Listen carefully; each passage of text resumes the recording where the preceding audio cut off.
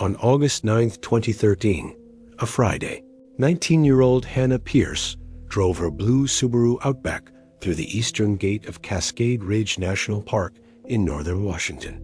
The timestamp on the ranger station camera read 8:47 a.m. The weather was clear. The forecast was forgiving. The location was real, documented, and busy enough that people assumed nothing truly bad could happen there. Most of the time, nothing does. Then there are some cases that don't fit. Hannah was a second-year environmental science student at Western State University. According to what we know, she loved long solo hikes, kept meticulous journals, and annoyed her friends by triple-checking trail maps. Her mother, Elaine Pierce, would later describe her as careful to the point of stubbornness. Not reckless, not impulsive. The kind of person who texted when she arrived and again when she left. Over and over and over. That morning, Hannah parked at the North Fork turnout, shouldered a modest pack, and started up Gray Owl Spur, a steep, semi-marked route known for views and isolation. It looked ordinary, but it wasn't. At 11:26 a.m., Elaine's phone buzzed. Signal's bad up here. Wind's picking up. Still beautiful, though. That was the last confirmed message Hannah Pierce ever sent. What remains unclear is what happened in the next 6 hours. Hannah was supposed to be back at her car by 6 p.m. She never showed. By 7:15, Elaine was calling the park office. By 8 o'clock, her voice was breaking. When a mother pleads for help and gets little more than a procedural response, you have to ask why. Rangers told her night searches on Gray Owl Spur were too dangerous. Steep drop-offs, loose shale, predators after dark. The forest, they said, belonged to something else at night. The search began the next morning. Helicopters swept the ridgeline. Ground teams followed game trails that twisted into nothing. Dogs were brought in, but the wind shifted constantly, shredding any scent into fragments. According to one handler, the dogs circled, confused, again and again. No clear direction. No panic response. Just absence. By day 3, the theories started forming. A fall. Hypothermia. A cougar encounter. Some believe that if you walk far enough into wilderness, the land simply reclaims you. Authorities leaned that way. Quietly, conveniently. But then came the first problem. On August 13th, a volunteer searcher found a red bandana wedged beneath a fallen log nearly a mile off Hannah's intended route. Elaine identified it instantly. It had been a gift from Hannah's father. There was a small stitched star in one corner. No blood, no tears. It looked placed. That detail bothered people then and later. Perhaps most troubling was what wasn't found. No backpack, no boots, no camera. No body. The search stretched into 2 exhausting weeks. Crews combed ravines with ropes. Divers checked icy runoff pools fed by snowmelt. A thermal sweep picked up elk, coyotes, nothing human. Eventually, resources thinned, reports were filed, language shifted. Presumed accident. No evidence of foul play. Hannah Pierce was added to a list no one wants to be on. Elaine refused to accept it.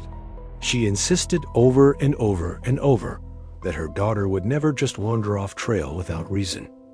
She pointed to Hannah's journals, her planning, her rules. She asked uncomfortable questions. Why hadn't they sealed the trail earlier? Why were there gaps in the camera coverage at the east gate that morning? Why did one ranger's log list Hannah's car as silver sedan when it was clearly blue? Some call that incompetence. Others something darker. For years, nothing happened. Seasons turned. Snow buried Gray Owl Spur. Tourists returned. New hikers walked the same ground, unaware. Hannah's room at her parents' house stayed exactly the same. Dust collected on the windowsill. Elaine kept her phone volume on high at night, just in case. Then, on October 22, 2020, something changed. At 3:41 p.m., a security camera inside a discount grocery store in Riverton, a small town 40 miles south of Cascade Ridge, recorded a woman entering through sliding doors. She walked slowly, unevenly. She wore an oversized men's jacket, stained jeans, and shoes too thin for the cold rain outside. Her hood was pulled low, her face barely visible. A clerk would later describe her as trying not to exist. She wandered the aisles without a cart, picked up items, put them back. Eventually, she approached the register with 3 things: bleach, canned stew, and a roll of heavy-duty sponges. According to the receipt timestamp, it was 3:58 p.m. when the cashier gave the total. The woman froze. Witnesses say her hands began to shake. She patted her pockets, once, twice. Then she whispered something too quiet to hear clearly and collapsed. Straight down. No scream, no warning. Just gravity. Paramedics arrived within minutes. Severe dehydration, malnutrition, scarring visible even through clothing. At the hospital, staff noted marks on her wrist spale rings, symmetrical, old. When asked her name, she turned her face to the wall and said only one thing: "I'm late." They'll be angry. Police were called. Fingerprints were taken.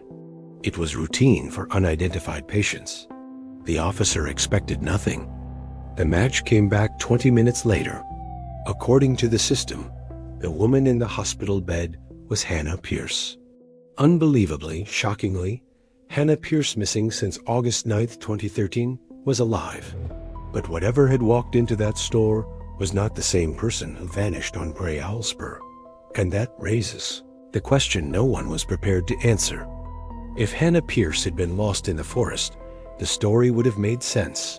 Tragic, but familiar. A bad step. A hidden ravine. Exposure. Nature. Indifferent and final. But the woman lying in a Riverton hospital bed in October 2020 didn't look like someone reclaimed by wilderness. She looked like someone released. Police sealed the emergency ward within an hour. According to hospital logs, Hannah, if it was Hannah, became increasingly agitated as more people entered the room. Every time the door opened, she flinched. Not startled, conditioned. Her eyes tracked the floor, never faces. When a nurse dropped a metal tray, Hannah screamed and curled into herself, whispering apologies to no one in particular. Over and over and over. Detectives from the county sheriff's office arrived just after sunset. They tried to speak gently, used her name, asked simple questions. Where are you from? Do you know what year it is? Hannah answered none of them. She rocked slightly, hands locked around her knees, repeating a phrase that would later appear in multiple reports. I followed the rules. I followed the rules. What we know is that she weighed nearly 40 pounds less than her medical records from 2013. Her skin showed layered scarring, some old, some newer on her forearms, shoulders, and ankles. A forensic nurse noted circular burn marks on her upper back, evenly spaced, suspiciously precise. According to her assessment, these were not accidental injuries. They were deliberate, repeated, controlled. Perhaps most troubling was Hannah's fear, not of the police, not of doctors, but of leaving. When told she was safe, that no one would hurt her here, she shook her head slowly. You don't know that, she said. Her voice was hoarse, unused. They can see me. Elaine Pierce arrived the next morning. She had imagined this moment for 7 years. The knock on the door, the miracle. But when she stepped into the hospital room and saw the woman in the bed, her first instinct was not joy. It was confusion. Hannah's hair had been cut unevenly, hacked short. Her face was sharper, older somehow. When Elaine said her name, Hannah recoiled, pressing herself against the wall, eyes wide with terror. I didn't leave, she insisted, breathless. I didn't run. I fell. I was dizzy. Please tell them. Tell who? That question hung in the room, unanswered. Over the next 2 days, fragments emerged. Not a timeline. Not a story. Pieces. Hannah spoke of stairs going down, of a room with no windows, of a list she had to complete every day. She mentioned a basement, a lock, a voice that told her when to sleep, when to eat, when to be silent. She never said a name. Doctors diagnosed severe post-traumatic stress and dissociation. Some believed she was confusing reality with delusion. Others weren't so sure. Compare that to later cases Elizabeth Smart, J.C. Jugard, where victims described similar fragmentation. Memory as survival. Silence as armor. The investigation shifted.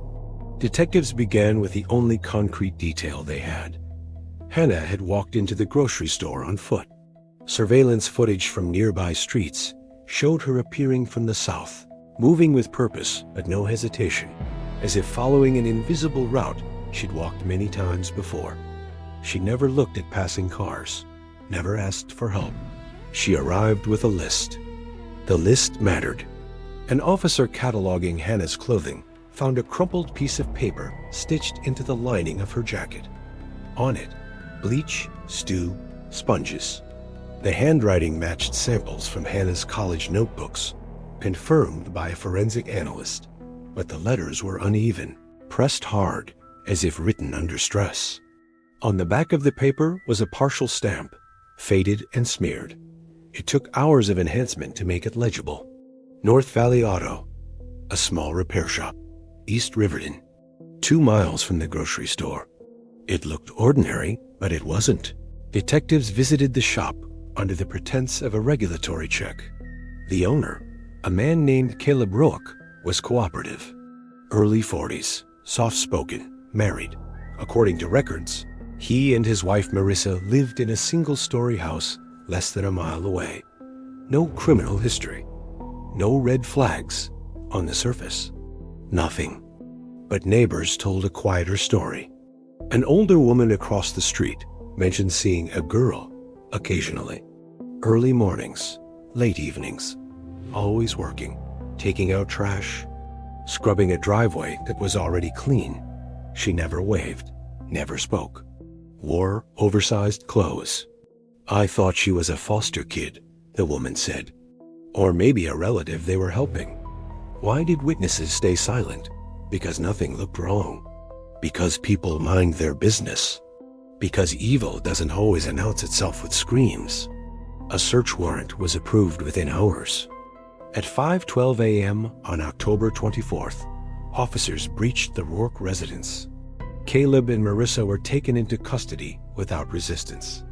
According to body cam footage, Marissa demanded to know what authority police had to enter her home.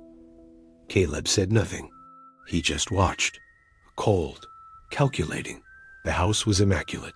Family photos, neutral paint, a Bible on the nightstand. The kind of place you'd never look twice at. Until the refrigerator was moved. Behind it was a door, flush with the wall. No handle, only a keyed lock. The air that rushed out when it opened was unmistakable, damp, chemical, human. A smell that lingers in reports because no one forgets it. The stairs led down.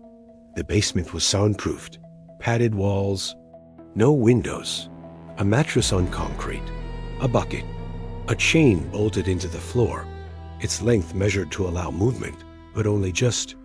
On the wall, taped pages with handwritten rules. Look down. Speak only when spoken to. Gratitude is mandatory. On a high shelf, out of reach, folded neatly, a blue hiking jacket, a red bandana with a stitched star.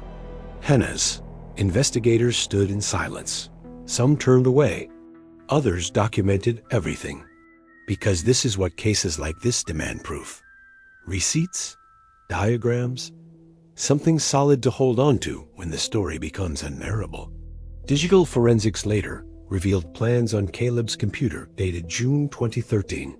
Soundproofing schematics. Load calculations. Notes labeled isolation phase. The basement had been prepared before Hannah ever entered Cascade Ridge, which means her disappearance was not an accident. It was a selection, and the most disturbing question still remained. What happened to Hannah Pierce after she was taken from Grey Owl Spur is not a single story. It's a system. And systems don't end cleanly. Once the basement on Alder Lane was uncovered, the case fractured into dozens of sub-investigations, each one uglier than the last. Digital analysts pulled months of deleted files from Caleb Rook's computer, shopping receipts, hardware orders, chemicals purchased in quantities that made no domestic sense, soundproofing panels typically used in shooting ranges, reinforced hinges rated to withstand force. According to timestamps, most of it had been acquired before August 2013. The basement wasn't improvised. It was engineered. Caleb broke first. In an interview that lasted nearly 9 hours, he abandoned the Good Samaritan narrative entirely. His voice, according to the transcript, was flat, clinical. He referred to Hannah not as a person, but as subject. He claimed they weren't looking for her specifically. They were looking for someone alone, capable, unnoticed. A hiker disappearing in Cascade Ridge would be written off as an accident. Everyone knew that. According to him, that was the point. Marissa told a different story. She cried, claimed fear, claimed manipulation, claimed she only followed instructions. But emails recovered between the two showed coordination language about compliance, conditioning, progress. Some believe she was as trapped as Hannah. Others believe that's the last lie she told herself. The abduction itself was simple. That's what makes it worse. On the trail, Marissa pretended to be injured. Hannah stopped to help, a moment of basic human decency. Caleb approached from behind and used a stun device, brief, silent, effective. No scream, no struggle, no witnesses. Hannah never fell into a ravine. She never wandered. She was carried out alive. The red bandana found days later? A distraction, placed deliberately. Something for searchers to find so they'd stop looking elsewhere. For 7 years, Hannah lived underground. Not constantly chained, but always controlled. The chain, she later said, was symbolic as much as physical. She was allowed movement only when obedience was proven. Food became currency. Silence became survival. The rules on the wall changed, but the goal stayed the same. Erasure, break the will, remove the name, reduce the human being to function. She was told her family had moved on, that the search had ended, that no one would believe her if she spoke. She was shown photos of her parents taken from across the street. Fresh, real, proof that disobedience would have consequences. If you leave, she was told, they'll pay for it. Some believe this is why she never ran. When Hannah was allowed outside, rarely, carefully, it was to perform tasks, chores, errands, tests. She learned to move without being seen, to look down, to disappear in plain sight. The grocery store wasn't an escape attempt. It was routine. The list mattered because failure meant punishment. Her collapse wasn't defiance. It was exhaustion. The trial began in June 2022 and immediately drew national attention. Reporters packed the courthouse. True crime forums dissected every detail. People wanted a monster. What they got was worse banality. 2 ordinary people, a tidy house, years of cruelty hidden behind trimmed hedges and polite smiles. Caleb received 3 consecutive life sentences without parole. He showed no emotion when the verdict was read. Marissa accepted a plea deal, 25 years, with eligibility for review. That part still divides opinion. Some call it justice. Others call it a failure. Hannah did not attend the sentencing. By then, she had returned home. Physically. Psychologically, she was still in the basement. Rehabilitation was slow, painfully slow. Loud noises triggered panic. Metal clinking sent her into shutdown. She asked permission to eat, permission to sleep, permission to speak. Elaine learned to answer every request with patience she didn't know she had.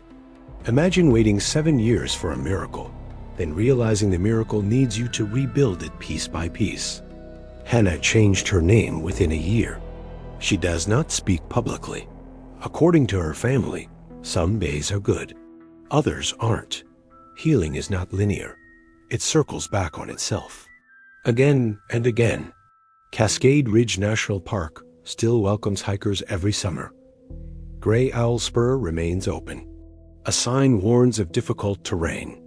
No mention of Hannah Pierce. No plaque. No marker. The forest keeps its secrets well. And that's what lingers. Because this is a story that begins like many others, and then becomes something else entirely. It forces uncomfortable questions. How many disappearances are written off because they're inconvenient to investigate? How often does accident mean we stopped looking? How many people walk past quiet houses with trimmed lawns, never knowing what's underneath? Most of the time, people who vanish in wilderness are lost to nature. But sometimes they're taken. And sometimes, against all odds, they come back. Not whole, not unchanged, but alive. And the rest of us are left to sit with the horror of knowing how easily it happened and how close it was to never being uncovered at all.